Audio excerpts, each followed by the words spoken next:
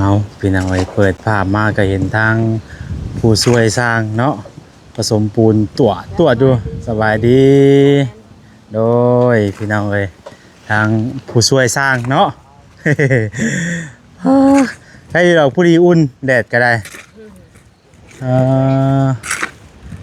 มาอีกรอบนี้ก็จนสิฮอดคือได้เนาะอยู่ในมื้อนี้คือมิใช่ม้อยแท้ใส่ฟ้าบ่นี่เฮ้อเฮาใส่ฟ้าดีบ่นี่เฮ็ดหยังนะหำฮะฮะสบายดีเด้อโมเมนต์ลี่บ่ลี่เอาเลยเป็นยังคือลี่กันละบัดนี้ มาหาเรื่องอะไรก็ลี่กันละบัดนี้เนาะโอ้ย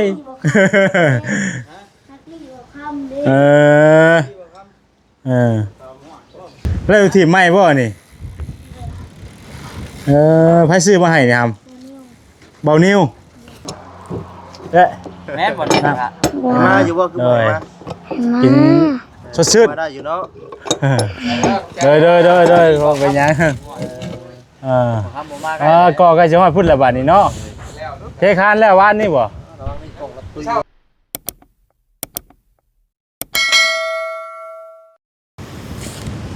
เอาพี่น้องเปิดภาพมาก็เห็นทางผู้ช่วยสร้างเนาะผสมปูนตัวดูสบายดีโดยพี่น้องทางผู้ช่วยสร้างเนาะ ให้เราผู้ดีอุ่นแดดก็ได้มาอีกรอบนี้ก็จนสิฮอดคือได้เนาะโดยใช้มีพายุในมื้อนี้คือมิใช่ม้อยแท้ใส่ฟ้าบ่แล้วอยู่ใช้น้องใส่ฟ้าน้องใส่ฟ้าอยู่ทางใด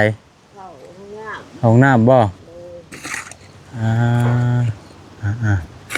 น้องใส่ฟ้าเข้าห้องน้ำว่าซั่นเนาะ โตพี่น้องมาเพื่อนน้องบุญทวีหรือว่าน้องสายฟ้าคือเก้ามื้อนี้พี่น้องเนาะพอดีว่ามื้อนี้น่ะสิเดินทางเข้าไปบ้านอันน้องนำคานพี่น้องเนาะก็เลยมาแวะนี่ก่อน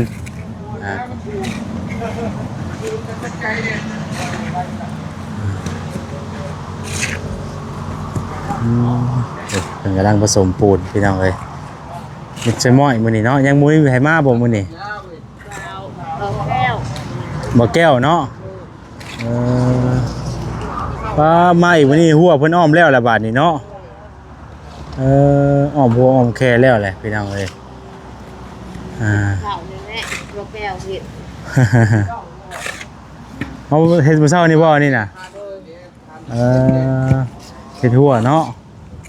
เฮ็ดหัวอ้อมเรียบร้อยเบิดแล้ว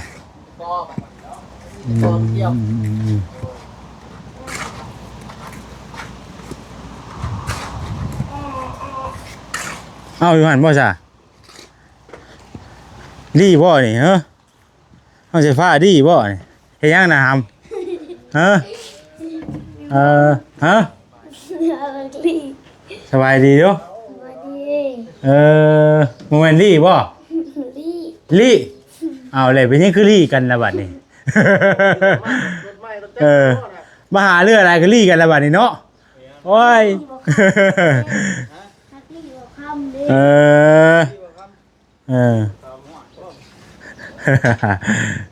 มาหาคนเรื่องอะไรคนลี่ได้บัดนี้ มาเรื่อยคนลี่ได้บัดนี้ มาเรื่อยพูดแล้วทีมไม่บ่นี่ไผซื้อมาให้นี่ครับเบานิ้วโธ่ใช้เบิ่งเบานี่ไม่ก่อนนี่ได้เด้บาทนี่เบิ่งคือมุ้ยมองนี่ละบาทนี่ครับเบิ่งสิขึ้นจะมันสิล่มนะมันจะล่มนะเฮ้ยอย่าคืนเอ้ยอย่านะฮะพักแน่ได้ใส่ไม้นี่เบิ่งนี่ไม้นี่บ่ได้แหละเบิ่งว่าสิใส่ให้เบิ่งมันมีวิธีใส่อยู่ได้หั่นกะ มื้ออันว่าเจ้าแล่นไปได้งัวมื้อนั้นน่ะ FC คอมเมนต์มาว่าคือบ่บอกน้องให้เพิ่นถือไม้ถือตอกไปได้เอาว่าซั่นน่ะงัวเต้นี่วัยรุ่นถึงแก่ชีวิตผู้ใดเพิ่นว่านะ สักกะยองมื้อนั้น เพราะว่ารุ่นแบบสาหัสพุ่นนะว่าแล้วก็ว่ารุ่นสาหัสนะว่าแล้วก็เพราะว่ามื้อนั้นน่ะเอาบอกน้องสายฟ้าไล่งัวแต่ว่าเพิ่นทั้งน้องเพิ่นโดดไปเองโดดแล่นสักย่องไปเลยนะว่าแล้วก็ บอกนะบ่ทันพี่น้องเอ้ยเนาะขอโทษขออภัยนำหลายๆต่อไปก็มีแต่เจ้าเอาไม้ไล่เอาเด้อ เห็ดหัวไว้เลย บ่เป็นหยังเราวันนี้เนาะ เลย มีแต่เอาไม้ไล่เอาบัดนี้เด้อสิไปถีบมันบ่ใช่เด้เนาะหรือว่ามันใส่มัดตะเข้ผ่านทางนะ หนาวดิ หนาวล่มเลยเหล่มเลยขี่เป็นนะบ่จักรยานนี่ แต่เบาะมันสูง ฮะ เบาะสูง อะไรก็ เบาะมันสูง ระวังล่มนะหำบ่อย่ามันล่มใส่ไม้นะ บ่ยาก อ้ายเจ้าไปใส่ก็กินนี่บ่เห็นคือว่า จะเห็นดิ ฮะ จะเห็นบ่ คือเห็นย่างไปผู้กินนี่บ่าวมาฮอดปุ๊บเลยเห็นย่างไปผู้ บ่ฮู้ได้นอนริมตะเกียบนอนริม บ่าวบ่ได้ยินว่าเพิ่นไปคือว่าไปหาหมู่บ่หรือว่าจังไดพุ่นนี่ ยันแม่นไปหาหมู่ เป็นจังได อืม บรรยากาศลมเนาะลมหนาวมีข้าวเช้าแล้วบ่มื้อนี้ ยังแหละ ยังอยู่ ขาจับ อืม เบาะมันสูงเลย เอาลงอีกอ่านมันน่ะ บ่ได้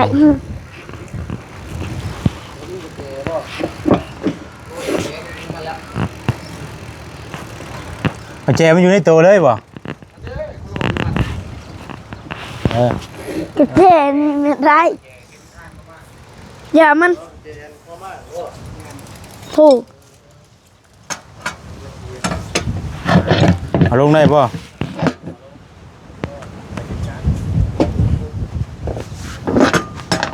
ขมุด มันสูงโพดบ่ เนาะไอ้โอ้เห็ดเป็นอีกเด้ธรรมดาเด้นี่ โอ้ยต่อไปก็เป็นสร้างได้นี่ เนาะ สมมาสร้างเนาะ ต่อไปก็เป็นสร้างได้นี่ ตามจังได๋บัดนี้ เอาลงจำเลย จำได้เด้อว่า มันจังบ่เย็ก ลงบ่ได้มันคุ้งเลย สีผ้างามมงต้องอยู่เนาะ โอ้ไปชื่อเจ้านี่ ตัวนี้ อืม ฮะ ต้องใส่ผ้าติ อันนี้บ่สีฟ้านะ โอ้ พอแล้วหำไป แล้วมันคุ้งแล้วมันคุ้งแล้ว ยังยัง ได้เด้อฮะ ยัง เบิ่งไปนั่งเลยเอาน้ำไปให้สร้างก่อน เอาหัน บร เขา รยากาศ ได้ ลม ตอน แห้ง นี้ มันนี่ก็ได้เนาะลมบุญวันในพี่น้องเอ้ยกะลมหนาว มีภายในเขามาหามานี่ ยังบ่มีไฟเลย มีหาชุ่มมีแต่ชุ่มบ้าวเลยครับว่าหรือบ่ เดี๋ยว มาหามันลี่จ้ะ ลี่ครับไปไห้มาบ่คือลี่ เออ มา ให้มาอยู่ว่าคือบ่ให้มา เย็นบ่ให้มานะเบิ่ง บ่มาเด้อปะน่ะบ่มาไหน บ่ให้มาก็สิได้พิจารณาไหมดิ เจ้าของไม่ อันเอ๊ะ แม่นบ่นี่ล่ะ มาอยู่บ่คือบ่มา กินสดชื่น มาได้อยู่เนาะ เด้อบ่เป็นหยังเออ ทำบ่มาก็ ก็ใกล้จะฮอดพุ่นแล้วบัดนี้เนาะเทคานแล้ววานนี่บ่ ระวังนี่กล่องรับตุ้ยอยู่เราทำไปอยู่บ่ เอมื้ออื่นเนาะ ดาบมันดูแน่ คือว่ามันก็สูงเนาะพ่อเนาะ ยัง เอาก็กอไปน้ำระวังไปน้ำเนาะ ใช่ อย่ามันโง่ยลมแห้งลมซ้ำเนาะ บิดดูแล้ว แห้งลมซ้ำโอ้ยเอาบนลมกับใครอยู่เฮากอสูงสิ ให้ มันจะว่ามันต้านลม ได้จะชื่อจะ มัน จะเป็น พัว ชื่อแล้วบ่ เสียว่านั่ง ชื่อแล้วบ่สิคะแนนเด้อนี่ อ่านบ่ซื่อเนาะ พี่น้องเอ้ย นั่งบิดเก่ง ฮะยังน่ะ เอากดบิดมึงกิน ปุ้ยมันยังนี่ เดี๋ยวนะ ตื่นโอ้ตื่นทงยาง โอ้ยปิดไปแล้ว ปะแม่นี่แหละเฮาแม่นี่แหละเมื่อที ชื่อน้ำส้ม ล่าง อะไร นะ เนาะ เดี๋ยวว่า น้ำส้มสด รถไฟเนี่ยล่างเลยบ่ ยัง แซ่บอยู่น้ำนี่แก ล่างแม่จ้ะ มาใส่ผ้า ปกติบ่นี่ มาเอานี่อยู่ครับ กินรู้บ่ถาเราเสร็จด้วย ไปมาเอานี่ ชอบมือเห็นแล้วบอกมือชงช้ำเถื่อได้ค่ะ ได้ เอ้า เอาไว้เลยเอาไว้เบอร์สองระวังได้ระวังล่มใส่น้ำได้ คือใส่ได้ก็ต้องละ เอาไว้ ภาษาให้แล้วให้ภาษาให้แล้ว เหยียบคงเหยียบเขี้ยวแล้วฮะ ไปเลยไปเลยหลุดนี่ ไง โอ้หัวเรียกเลยเนาะให้นะ ไปหาเล่น หาติดต่อ ลองดูฮะอยู่บินนะ อยู่เป็นเนาะกันอีกคน บ่ได้บ่หันเนี่ย ลองรีวิวน้ำส้มนี่วงโยอันบาวซื้อมาให้นี่มันแซ่บหรือบ่แซ่บ แค่ก็คือ รสชาติเป็นยังไง มันสีส้ม มันส้มเข้ม เสียบนัวบ่ ๆเออ เสียบอร่อย หวาน มันส้มหวานๆบ่ไม่ว่าเข้มๆนะ มาต่ออย่างเงี้ยตอนนี้ ฮะหาหยังหาหมักต้อปลาต้มหยังบ่นี่ต้มกบเราจะพากินกบเป็นอยู่บ่น้องจะพาฮะกินเป็นอยู่บ่กบล่ะ ยังเป็นแล้วเนาะ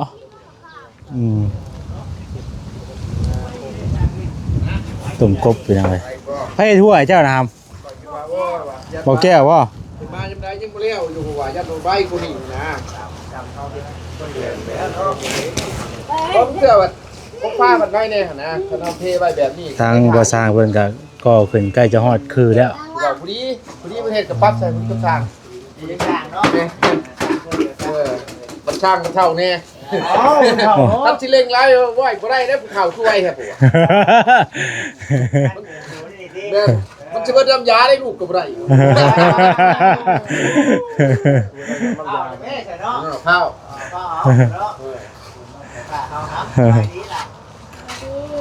สายผ้าก็เริ่มเงาอยู่ เริ่มเงาแล้วเนาะจังได๋พอสร้างเห็นแล้วไว้ว่าสิเงาแล้วเนาะนี่สิ คัดให้เมียช่างเมื่อ โอ้ยเนาะใหญ่เมียเมื่อเพิ่นอยากนอนนอนบ่สร้างติ ตามใจเพิ่น เอ้ย หนาวนี่ช่างกับน้องก่อนเมียแล้วเนาะ เอาไก่แห้งลาวเชียวเนาะ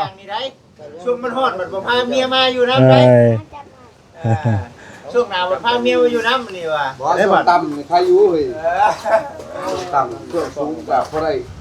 ช่วยกัน บ่ยืนบล็อกยืนหยังแล้วเนาะบ่เนาะ แม่น ยืนบล็อกยืนปูนอ่า หนาวเลยดิแม่นบ่ได้แล้วหลายขั้นตอนมันเพื่อมีโอกาสโอ้เพิ่นมาเติมตัวนั้นตัวนี้เฮาก็ได้เพิ่มอีกขนาดเป็นน้ำอีกเนาะธรรมชาติหลายก็คือว่าหั่นแหละงานซ่างานบ่เดินแม่นทำได้เนาะช่วยก็คือว่าหั่นแหละนั่นแล้วแท้ ใครดอกเฮาตั้งเฮาเทคานตัวนี้แล้วเลยบัดนี้มีแต่ก่อขึ้นเรื่อยๆเนาะอ่า เช้านี้บ่ซั่นแม่นตัวนี้กับตัวนี้ คันตัวนี้เฮาว่าต้องเทต้องให้มันแห้งซะก่อนบัดนี้มันก็ใช้เวลาไปก่อนเอาต้องรอให้มันแห้งซะก่อนเนาะ ว่าอยู่ดอกบัดนี้ที่คานเบิ่นได้เนาะ อ่า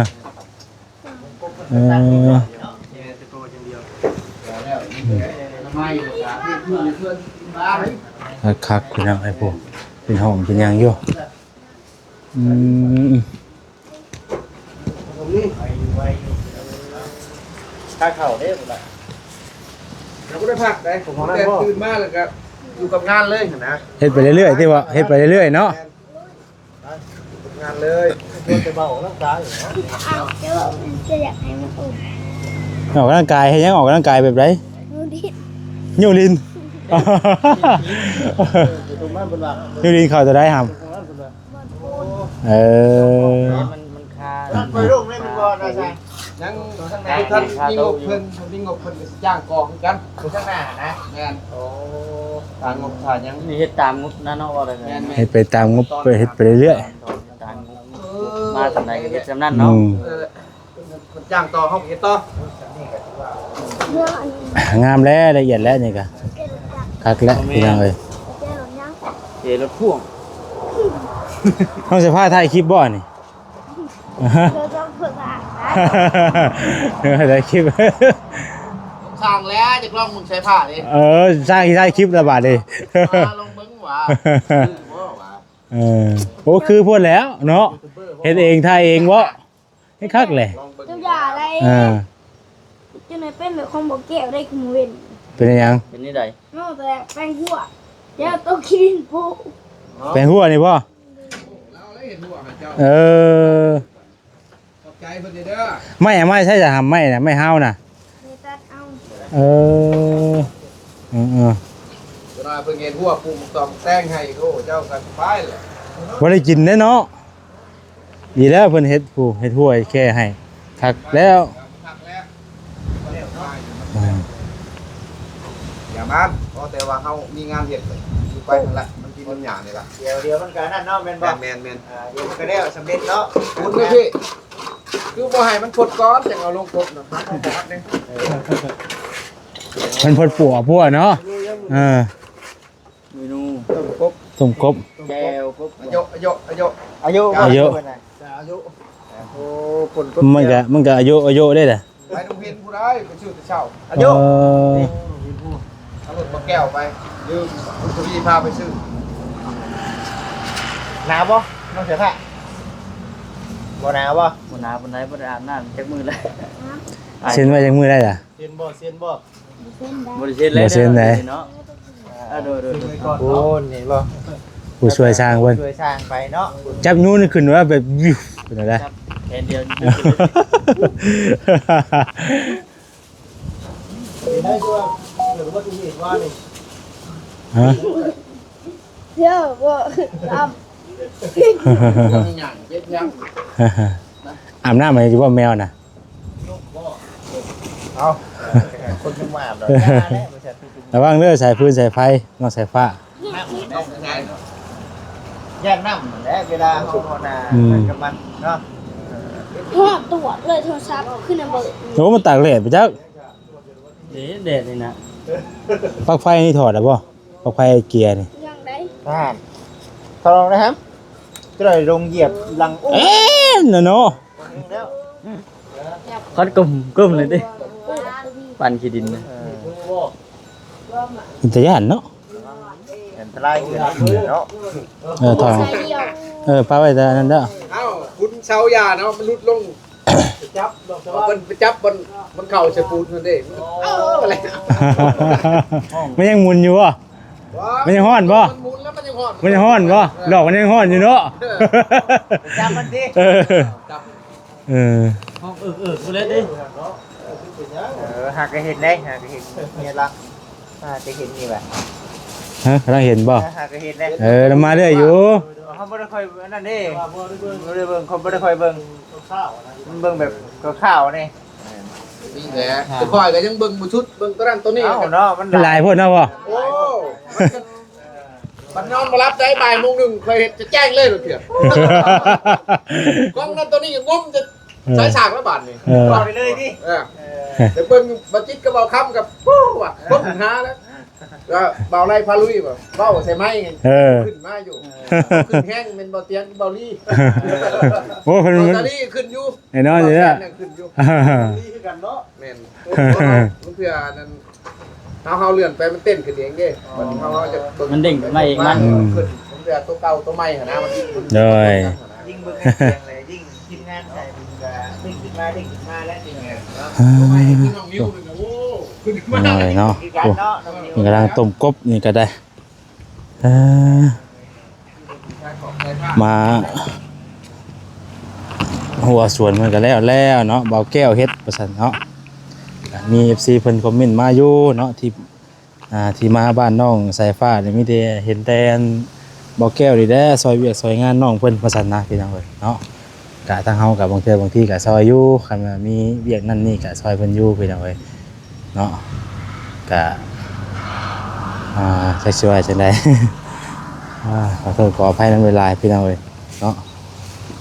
บางทีเฮามาแวะคราวหนึงเฮาก็ไปพี่น้องเอ้ยพอไปก็ไปเวียกงานต่อสินะ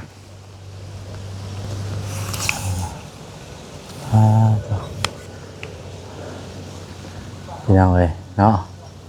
เอาซะโอเคพี่น้องเอ้ยสำหรับคลิปนี้ก็จะได้ขอ อตัวจบคลิปไว้สำนี้ก่อนพี่น้องเอ้ยตอนแรกนี่ก็พากันว่าสิไปหาน้องน้ำค้านเนาะว่าสิไปหาน้องน้ำค้านแล้วก็ตอนแรกแล้วก็กลับไปบุญแจกพ่อของเบาโอลิพี่น้องเอ้ยเพิ่นได้มาเพอยู่เนาะผู้ใดตอนแรกผู้ใดเฮาสิเดินทางไปพี่น้องเอ้ยเอาไปยินไปมู่บุญเนาะไปมู่บุญนั่นเพิ่นนั่นแหละพี่น้องเอ้ยเพิ่นหาเนาะเพิ่นมาเพบุญเฮาก็ไปเนาะตอนแรกมาไปเบิดทีมงานนั่นแหละพี่น้องเอ้ยฟังเบิ่งแน่ว่าสิมีใครไปนำแน่เนาะ